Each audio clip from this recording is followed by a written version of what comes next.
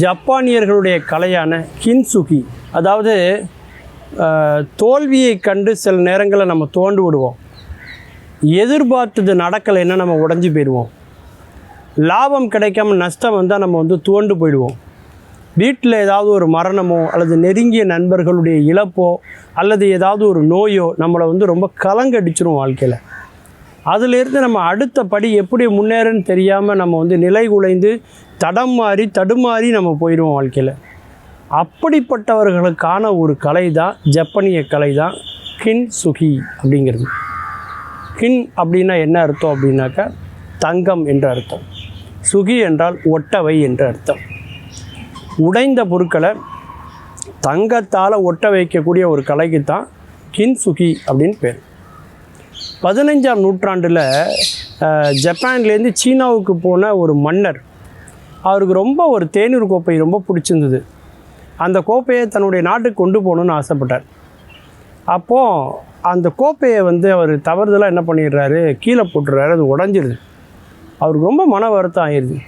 எத்தனையோ கோப்பைகளை பார்த்தாலும் அவருடைய மனம் அந்தளவுக்கு லயிக்கலை. அந்த கோப்பையின் மீது அவருடைய மனம் மிகவும் ஈடுபாடோடு இருந்தது. அது உடஞ்சிச்சின்னொடனே அவருக்கு பொறுக்க முடியாமல் அதை எப்படியாவது ஒட்டி சரி பண்ணணும் தன்னுடைய நாட்டுக்கு அனுப்பி வைக்கிறார். ராஜா இல்லையா, அதனால் அங்கேருந்து திருப்பி ஒட்ட வச்சு மறுபடியும் திருப்பி அனுப்புகிறாங்க. அதை பார்த்து அவர் ரொம்ப வேதனைப்படுறாரு. ஏன்னா அந்தளவுக்கு ஸ்டாப்லர் பின் அடித்த மாரி அங்கங்கே அதை ஒட்ட வச்சு அதை கொண்டு கொடுத்துருக்காங்க. அதை பார்த்து ரொம்ப மனசு வருத்தப்படுறார். அதன் பிறகு என்ன பண்ணன்னு தெரியாமல் அவர் யோசிச்சுட்ருக்கார்.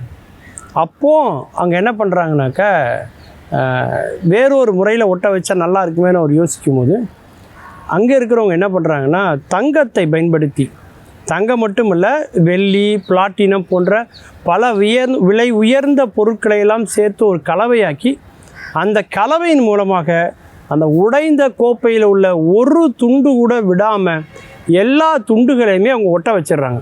ஒட்ட வச்சதுக்கப்புறம் அந்த கோப்பையை பார்த்தா இப்போ ஆரம்பத்தில் பார்த்ததை விட அந்த கோப்பையினுடைய அழகு இன்னும் பல மடங்கு கூடியிருந்தது. அந்த ராஜா பார்த்தார். இப்போது ஒரு காலத்துலலாம் பார்த்தீங்கன்னா நம்ம ஊரில் கூட ஏதாவது ஒரு பொருள் தேய்மானம் ஆச்சு அப்படின்னாக்கா அதை மீண்டும் பயன்படுத்துவாங்க. அதை தூக்கி போட மாட்டாங்க. ஒரு பொருள் வாங்கினா கூட, ஒரு பாத்திரம் வாங்கினா கூட அதில் தங்களுடைய பெயரை அடிப்பாங்க. பார்த்தீங்கன்னா தெரியும். உளியை வைத்து அடிப்பாங்க. அதுக்கப்புறம் மிஷின்லலாம் கூட பேரை எழுதுவாங்க.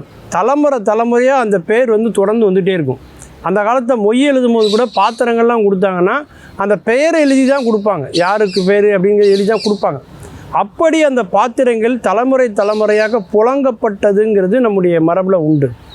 ஆனால் இன்றைக்கி நம்ம என்ன பண்ணுறோம், அந்த யூஸ் அண்ட் த்ரோ கல்ச்சருக்கு நம்ம பழகிட்டோம். கழிவு கலாச்சாரம். எந்த ஒரு பொருளும் பயன்படுத்தினதுக்கப்புறம் அதை மறுபடியும் பயன்படுத்தணுங்கிற எண்ணமே நமக்கு வர்றதில்லை. அதை அப்படியே தூக்கி போட்டுறோம். அதே மாதிரி தான் நம்முடைய முந்திலாம் பேனா பார்த்திங்கன்னா மை ஊற்றி எழுதுவாங்க. இப்போ மையே கிடையாது, இங்கே கிடையாது, எல்லாமே யூஸ் அண்ட் த்ரோ தான். அந்த மாதிரி ஒவ்வொரு பொருட்களையும் பயன்படுத்தி தூர போடுவது என்பது என்ன மனநிலையில் கொண்டு போய் நம்மளை விடுதுன்னா, பெற்றவங்களாக இருந்தாலும் அவங்க உழைப்பு நமக்கு கிடைக்கிற வரைக்கும், பணம் கிடைக்கிற வரைக்கும் நம்ம அவங்கள வச்சுக்கணும்.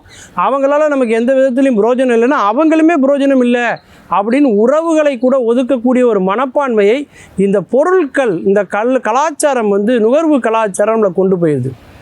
அப்படி பார்க்கும்போது கின்சுகிங்கிற அந்த கலை என்னென்னா, எவ்வளோ தான் உடைந்து போயிருந்தாலும் நொறுங்கி போயிருந்தாலும் ஒரு துண்டு கூட விடாமல் தங்கத்தால் ஒட்ட வைக்க முடியும் அப்படிங்கிற அந்த மனநிலை எப்படி இருக்குன்னா, எப்பேற்பட்ட போராட்டங்கள், எவ்வளோ பிரச்சனைகள், எவ்வளோ இழப்புகள், துன்பங்கள் வந்தாலும் கூட அதிலிருந்து மீண்டு வர வேண்டும் என்ற உளவியலை, ஒரு மனப்பான்மையை இந்த கலை ஏற்படுத்துகிறது.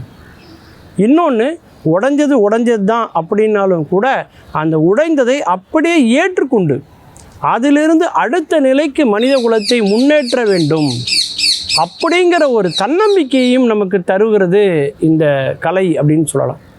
இன்றைக்கி சீனா மட்டும் இல்லாமல், ஜப்பான் மட்டும் இல்லாமல் பல நாடுகளில் இந்த கலை பல்கி பெருகி கொண்டு இருக்கிறது. அது உடைந்த பொருட்களுக்கு மட்டுமல்ல, உடைந்த மனங்களையும் ஒட்ட வைக்கக்கூடிய சக்தியோடு இந்த கலை இருப்பதனால பலரும் இதை பின்பற்றி கொண்டிருக்கிறார்கள். மீண்டும் பல புதிய தகவல்களோடு, அதில் அறியப்படாத பக்கங்களோடு உங்களை சந்திக்கிறேன். நன்றி, வணக்கம்.